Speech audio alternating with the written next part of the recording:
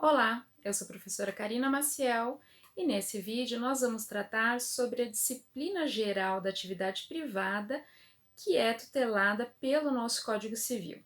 Como vocês sabem, o nosso atual código ele é de inspiração no Código Civil italiano e por isso mesmo ele unificou toda a disciplina geral da atividade privada.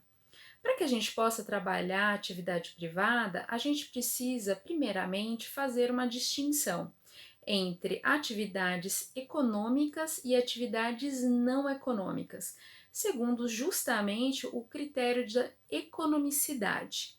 Vamos lá?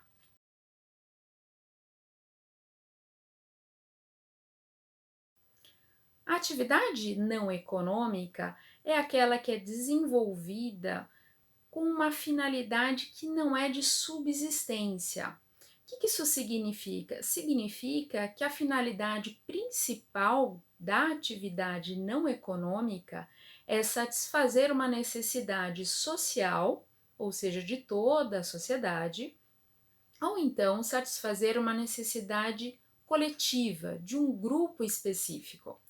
Sendo assim, a atividade não econômica, também chamada de sem fins lucrativos, tem um objetivo principal que é o atendimento desta necessidade, seja ela coletiva, de um grupo, seja ela difusa de toda uma sociedade.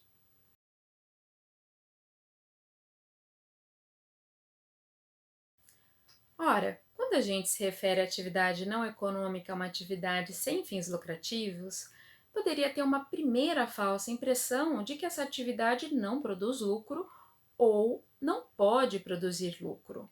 Isso é uma total inverdade. Por quê, gente? Porque se eu quero perpetuar a atividade no tempo, eu preciso sim que ela seja sustentável. Sendo assim, o lucro não só é permitido, como é desejado pela atividade não econômica.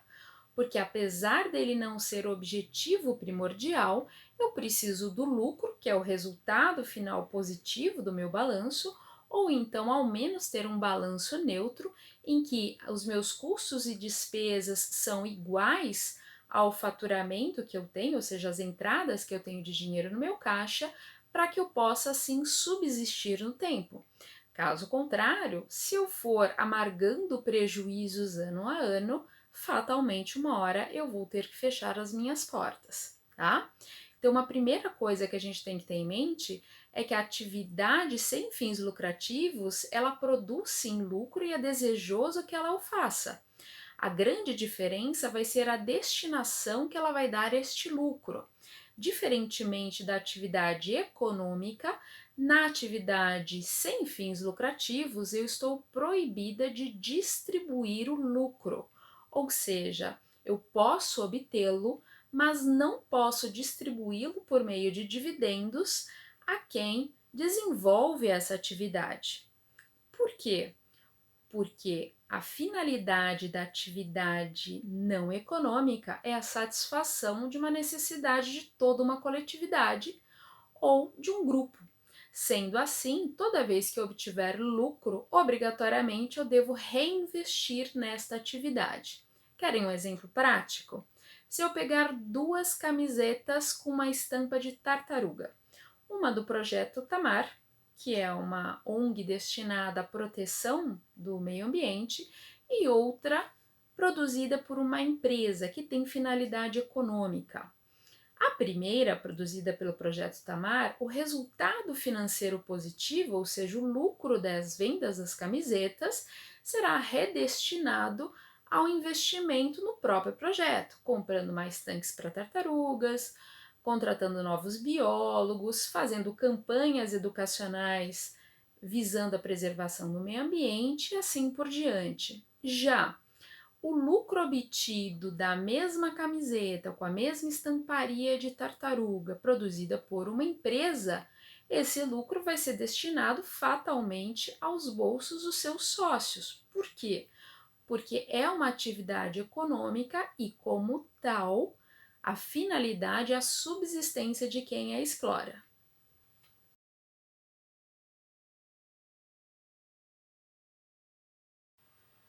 Bom, sabendo disso, a gente vai se perguntar: mas quem efetivamente desenvolve atividade não econômica?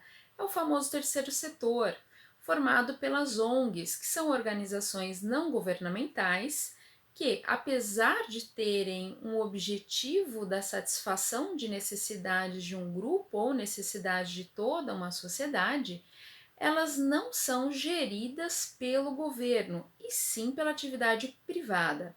Elas podem ser organizadas por meio de associações, fundações, institutos, instituições confessionais, enfim, toda e qualquer forma em que eu consigo organizar a atividade através ou da manutenção de um mantenedor, das doações de particulares ou empresas, das próprias verbas públicas e também pelas mensalidades pagas pelos seus associados. Tudo isso para justamente poder cumprir com a atividade necessária. E além dessa forma de custeamento, quais outras formas de custeamento que eu poderia ter? Justamente bingos, né, que são muito comuns nessas atividades, produção de produtos e serviços, normalmente artesanato feito pelas próprias pessoas que são atendidas por essas instituições e assim por diante. Tudo pensando sempre em angariar fundos, angariar dinheiro para o caixa, para que ele possa ser justamente investido na atividade e assim possa ser exercida essa finalidade tão fundamental que é a satisfação das necessidades coletivas de um grupo, por exemplo, criança e adolescente, mulheres, idosos, ou então de toda uma sociedade, cultura, educação, lazer, esporte e assim por diante.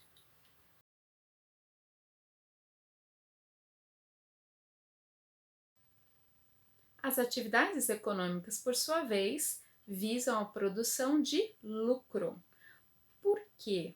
Porque a atividade econômica, ela visa a subsistência de quem desenvolve essa atividade. Ora, se além da manutenção da própria atividade, que requereria única e exclusivamente um balanço neutro, eu tenho como objetivo a minha própria manutenção pessoal, isso significa que, para além da manutenção da atividade, eu preciso sim obter lucro, para justamente poder remunerar quem investiu na atividade econômica ou quem desenvolveu essa atividade econômica.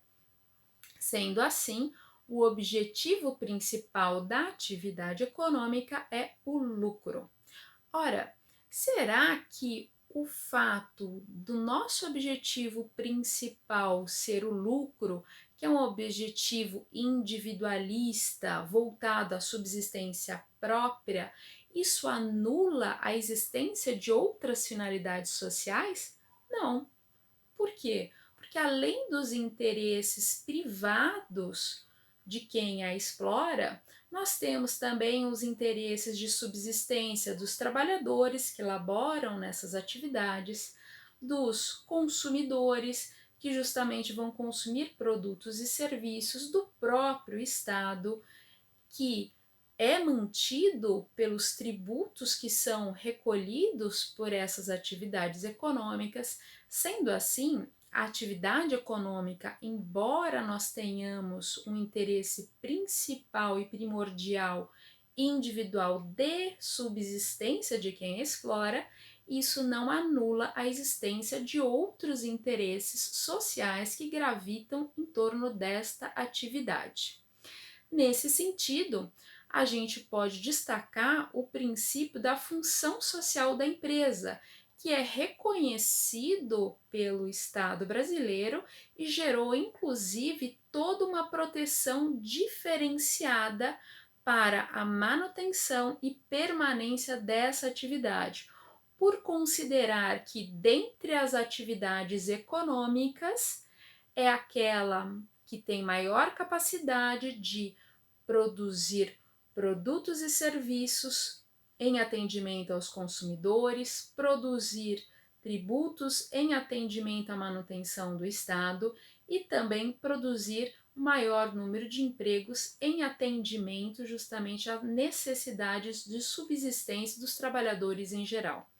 Por isso, para a atividade econômica empresária, por conta do reconhecimento desta importância social econômica, é que nós criamos todo um sistema de recuperação de empresas voltados exclusivamente a essa atividade, tá? Em relação a outras atividades civis que também são desenvolvidas, apesar delas terem também uma função social, elas têm um menor impacto social. Por isso mesmo, elas não têm um sistema próprio de recuperação. Elas vão, portanto, seguir a própria disciplina de insolvência civil do Código Civil. Bom, tratando dessas questões que vão abordar justamente a diferença entre atividade econômica e atividade não econômica, a gente tem que saber que a atividade econômica ela vai ser subdividida em duas novas atividades. Quais são elas? A atividade econômica empresária, própria dos empresários e da disciplina do direito empresarial, e a atividade econômica simples, praticada aí, na grande maioria, por aqueles que não organizam a atividade como empresa ou então por aqueles que detenham atividade intelectual, científica ou artística. E a gente vai tratar desses assuntos no próximo vídeo.